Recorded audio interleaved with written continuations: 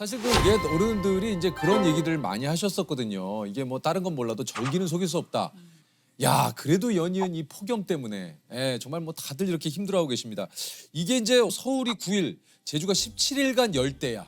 예, 그리고 이제 강릉에서는 초열대야. 요즘 그 요런 그 초가 붙는 그 좀 많이 생겼어요. 많이 봤던 것 같아요. 예. 그죠, 어느 그죠. 때보다. 예. 아마 앞으로 더 자주 더 많이 보게 되겠죠. 아. 그래서 아까 모두에 말씀하신 것처럼 과학자들이 뭐라고 하냐면 99%에서 100%의 확률을 가지고 이야기하는데 우리 인생에서 올해가 그래도 가장 시원한 해가 아닐까 이렇게 아마 회상하게 될 수도 있다는 아, 거죠. 교수님 이거 어떡합니까? 올해 제일 덥다고 지금 난리 네. 뭐 이제 세상이 이렇게 시끄러운데 이게 제일 시원한 여름이었다로 기억되면은 이거 앞으로 여름은 어떻게 된다는 얘기예요?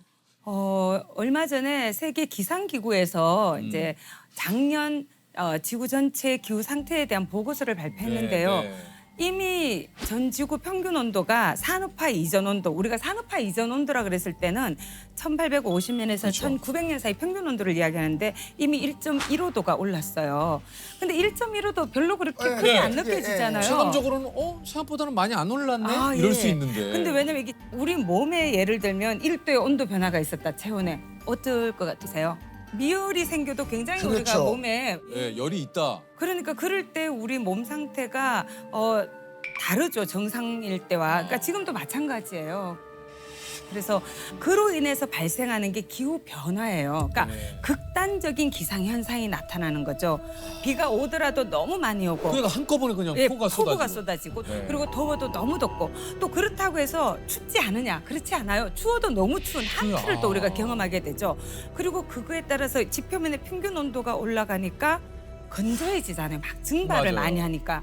얼마나 메말랐는지 거북이 등껍질처럼 이렇게 쩍쩍 갈라져 있습니다.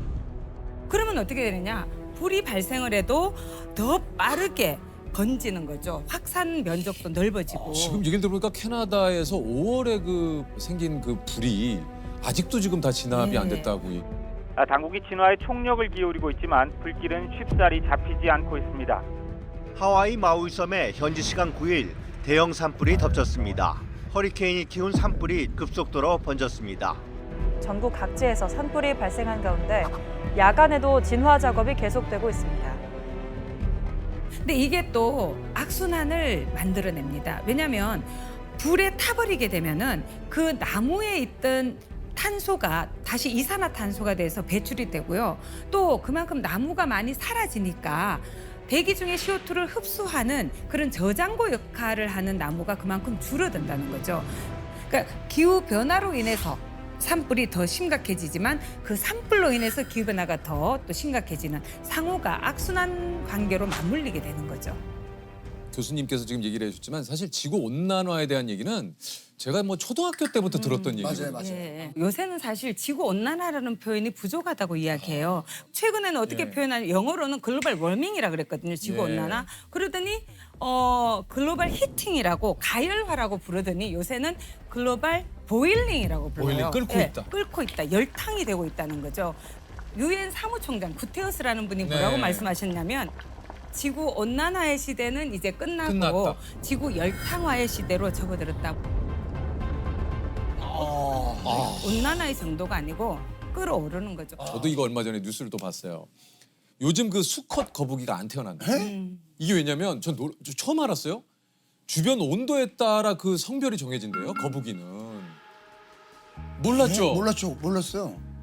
바다 모래에다가 이제 알을 낳잖아요. 예. 그 알들이 부화를 할 때 이게 27.7도보다 낮으면 수컷, 예. 31도가 넘으면 암컷. 그래서 요 비가 이제 딱 맞았는데 지금 어느 순간 이게 이제 해수면 온도라든가 이 지구의 온도가 높아지면서 지금 거의 99%가 암컷. 지난 4년간 수컷 거북이가 탄생하지 않았다고.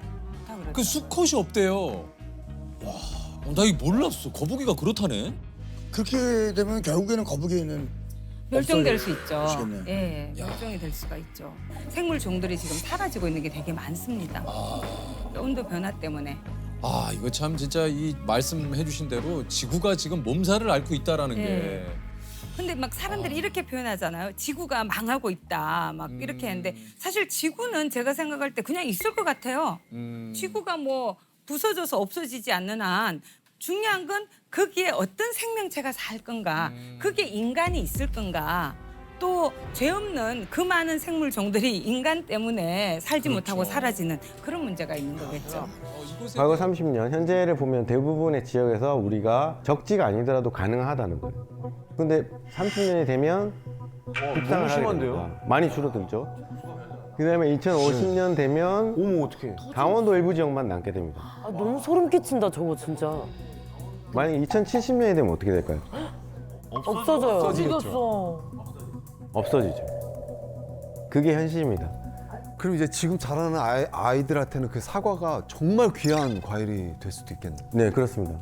늘 항상 옆에 있으니까 당연하다고 생각했던 것들이 그냥 하나씩 없어지는 거예요. 아, 너무 충격이다. 지금 예를 들면 봄꽃이 굉장히 빨리 피고 개화 시기로 인해서 많은 얘기들이 나오고 있는데 그럼 항상 질문을 많이 해요. 그럼 봄꽃은 계속 빨라지나요?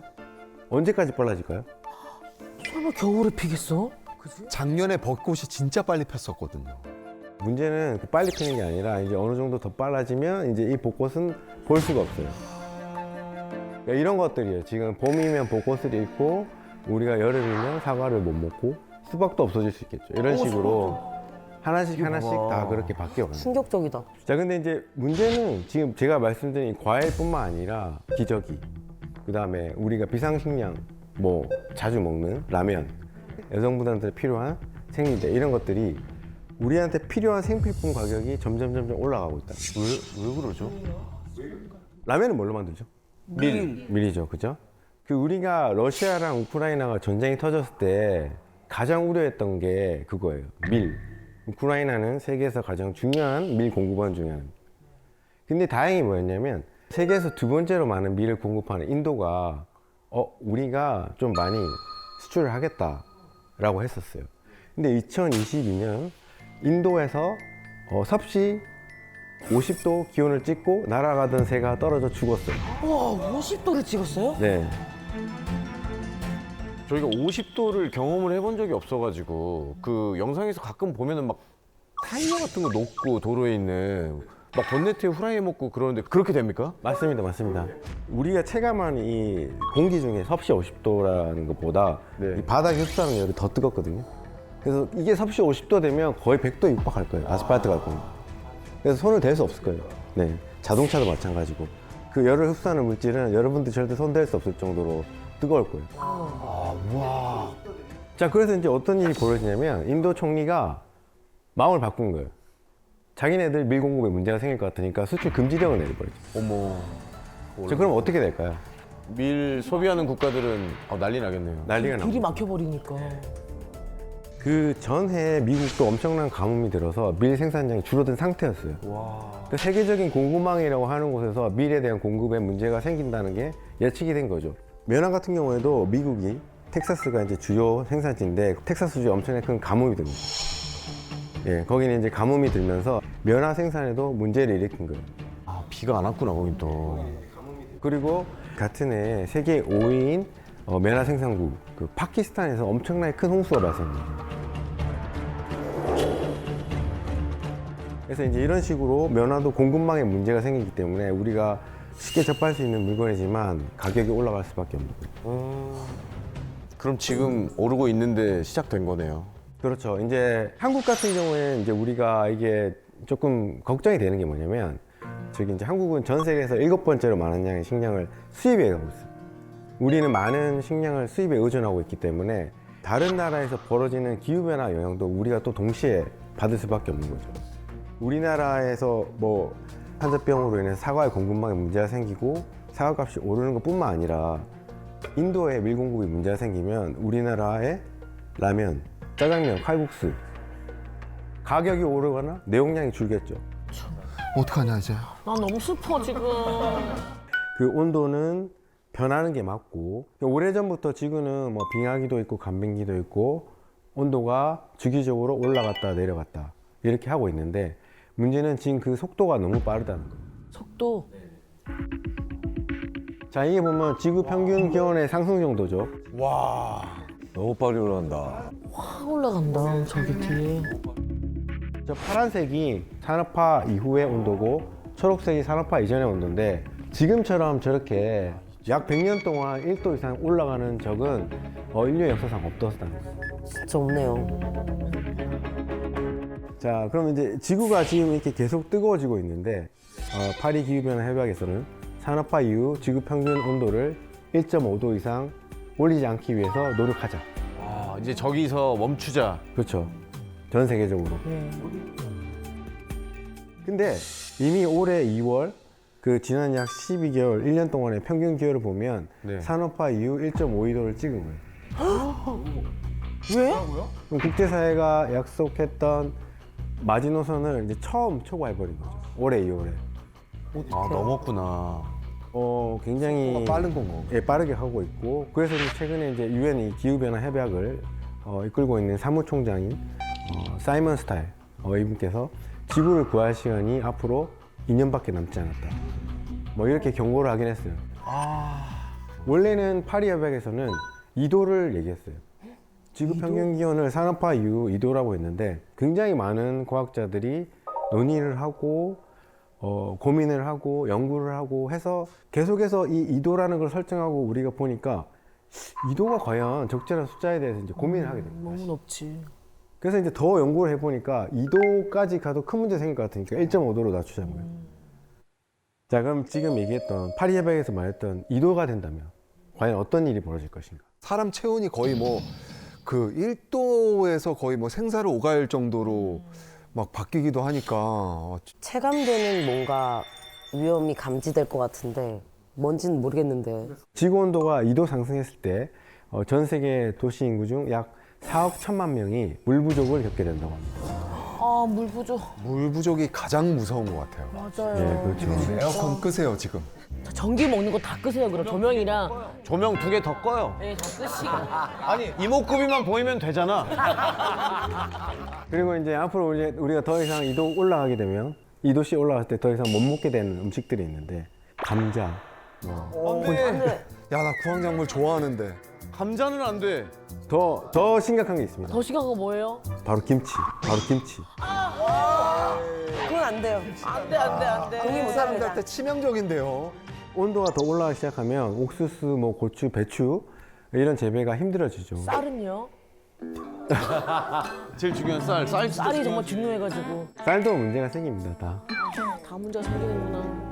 문제가 심각하다라고 하는 건 결국에는 어느 정도 수준에 도달하면 굶어 죽는 사람이 생긴다든지 식량으로 인한 전쟁이 생길 수밖에 없는 상황이 되는 거예요. 식량 전쟁이 엄청나지겠다.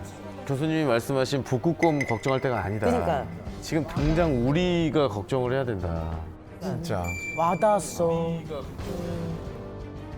방금 우리 2도 얘기를 했는데 1도 더 올라가서 만약에 3도가 오르면 어떤 일이 벌어질까요? 야, 그러면 인간이 버티지를 못할 것 같은데요. 그럼 해수면. 자, 3도가 오르면 아주 충격적입니다. 지금 여러분은 이 자리에 앉아 있을 수가 없어요. 타 죽나요? 3도가 올랐을 때 잠기게 될 지역을 빨간색으로 표시해놨습니다. 물에 잠기는 지역이요? 잠긴다고요? 네네. 여기 다 잠겨. 상암도 있어. 그래서 여기 우리 촬영 못 한다는 얘기구나. 여러분들이 지금 앉아있는 이곳 상암동도 상당 부분 물에 잠기게 됩니다. 아니, 서울이 잠기는 건 예상도 못했는데? 인천, 김포, 부천, 특히 이런 데 피해가 크죠.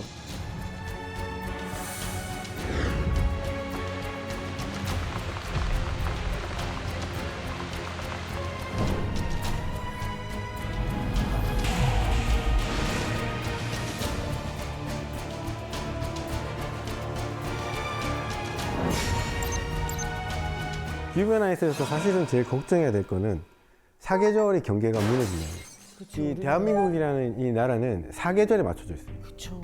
그게 뭐냐? 여러분들의 지금 입고 있는 옷, 먹는 음식, 그다음에 학교의 교육, 사회 경제 시스템 다 사계절에 맞춰져 있어요. 네, 맞아요. 근데 이 경계가 무너지면 어떻게 되죠? 그냥 옷만 갈아입으면 되나요? 다 바꿔야 돼요. 다 바꿔야 돼요. 지금은 이 지구의 생태계가 인간이 배출한 온실가스의 반 정도를 흡수해줘요. 육상 생태계, 나무가 뭐 한 25%, 네. 바다가 한 25%. 그러면 나무를 좀 많이 심어서. 그래서 나무 많이 심으면 좋다고 하는 거죠. 그래서 나무나 바다 생물, 그다음에 바다의 물리적 작용으로 해서 흡수가 되고 있는데 이게 점점 온난화가 되면 어떤 일이 벌어지냐면 이 생태계의 흡수 능력이 점점 떨어져요. 이 마치 나무가 힘들어서 시들시들해서 푸릇푸릇 안 하는 거예요. 아마 한여름에 폭염 심할 때 이렇게 도심에 걸어가다 보면 물주머니 같은 거 차고 있는 나무 보신 적 있어요? 네네네. 물주머니를 안 달면 초록색이 안 나타나요. 저는 그 나무 병 걸리지 말라고 수액인 줄 알았는데 그냥 물이었군요. 그것도 있는데 근데 문제는 이 흡수하는 능력이 떨어지는 게 문제가 아니라 새로운 배출이 나타날 수 있다는 거예요. 북극에는 보면 그 북위 60도 이상 2년 이상 땅이 이제 0도씨 이하로 얼어 있는 땅이 있어요. 그걸 우리가 영구동토층이라고 하거든요. 그러면 2년 이상으로 0도 이하를 유지하기 때문에 굉장히 추운 거죠. 근데 이 영구동토층의 면적이 줄고 있어요. 이렇게. 그럼 그 땅이 녹게 되면 그 안에 있는 메탄, 그 온실가스가 터져 나오면 이거는 기후위기의 또 다른 시한폭탄이 됩니다.